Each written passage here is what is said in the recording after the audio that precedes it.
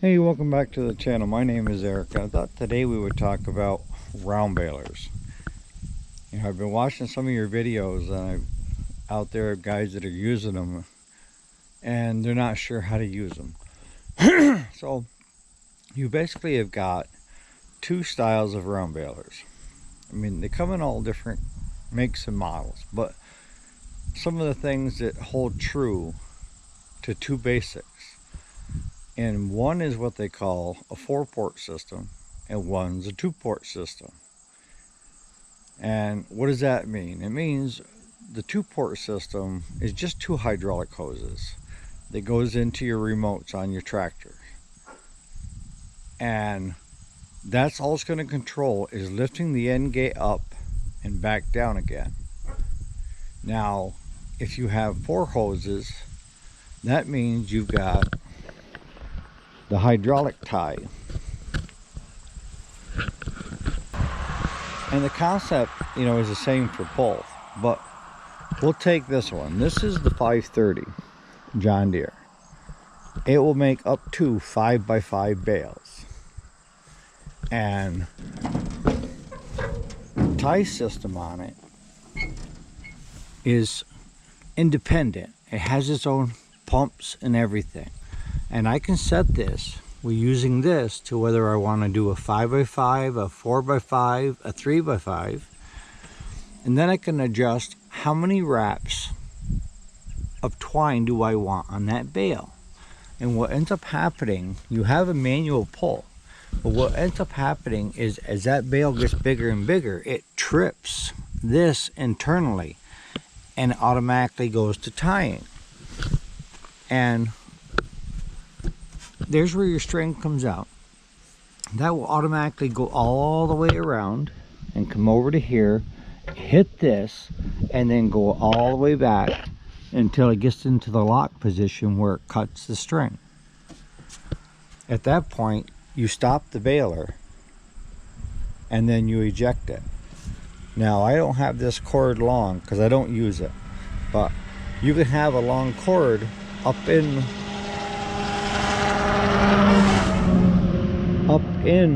the tractor where you can pull it at any size that you want. And this gauge up here has 1 through 5, and when it gets up to 5 it automatically ties. This is the bale density. You want to keep it in the green.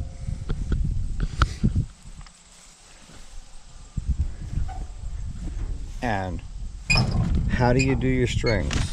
When you put a new bale in, this one here is the end. So you find the start of the other bale and just tie it to the end of this one. Come right through this section here, and when this bale is done, it will automatically start on your next one. Pretty simple. What I try telling people is don't overcomplicate things. They're both basic principles.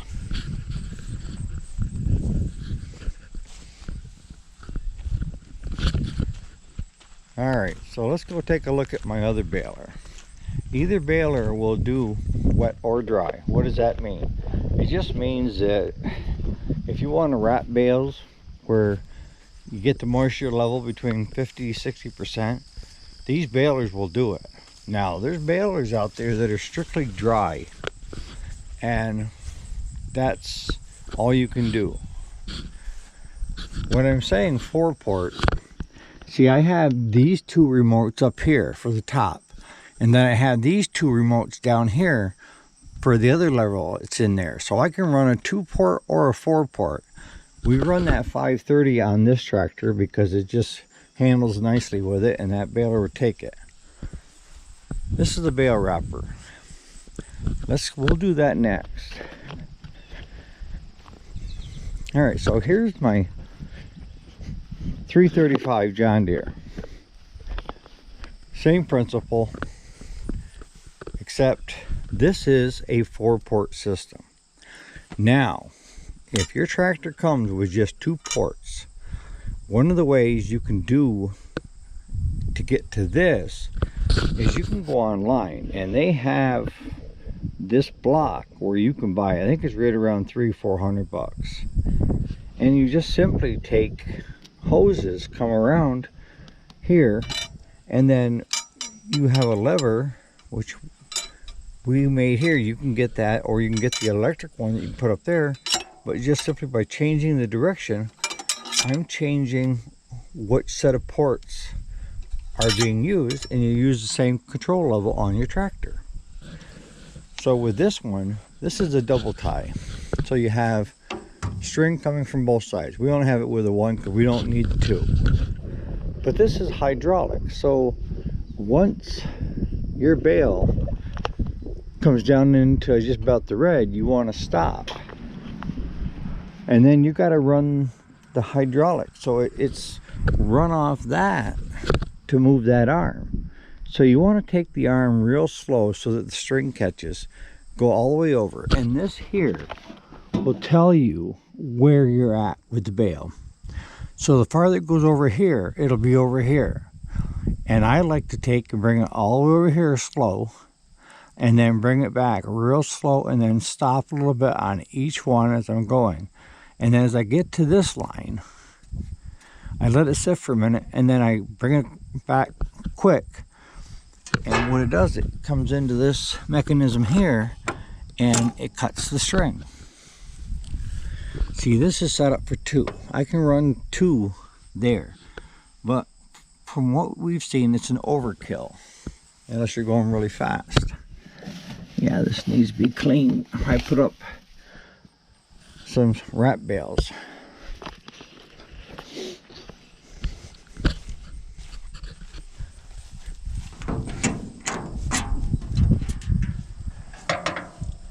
See, now this is the same way when it comes to your string. You can use and have 3 places for string, so you can actually set it up for 3 full bales, but that's totally up to you.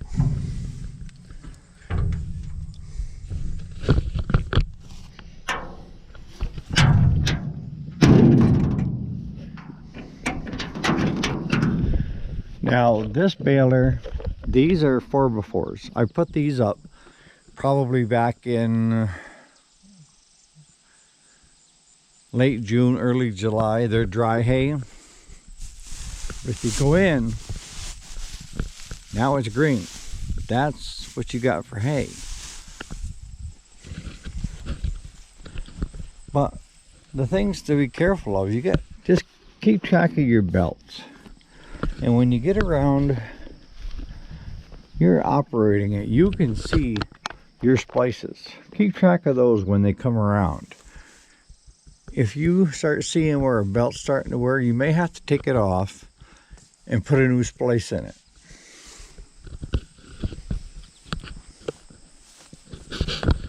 Alright, so what's a bale wrapper? You've probably heard of them. That's a bale wrapper. That's one that I bought that we use here. And we use the white wrap. I set this arm down. I can pick the bale up into there, bring it up to here, tie the wrap on it with the hydraulics, spin it in circles until I got it fully covered, cut the wrap, and tip it off the end and go get my next one. Fairly simple to use. All your controls are right here. Alright, should you buy a disc mower or not? I'm a big believer in disc mowers. I bought this one this year. I got my other one is a Coon. It's a little bit smaller. But the nice thing I like about using a disc mower is, one, if you hit a stone, it's not that hard to change these knives. I carry right in the tractor an impact, battery rapid dual impact. I carry a bunch of these teeth and some extra bolts if needed. I can just pop this off, and you can reverse these, flip them over to get longer life out of them. But it's as cheap as they are. If you start seeing a little bit of wear on it, get rid of it. If you hit a stone where you bend them up, throw it away. But this is just a one port system, and your 3-point hitch does all the rest of the work on it. Again, you got Kuhn, you got John Deere, this is a Frontier. And if you're moving any kind of hay or any distance, you are going to need a bale wagon. We do 6 farms, and the farthest one away is 7 miles, 8 miles. So it makes it handy to be able to move with this. And we also have the 5th wheel with the dually that we can move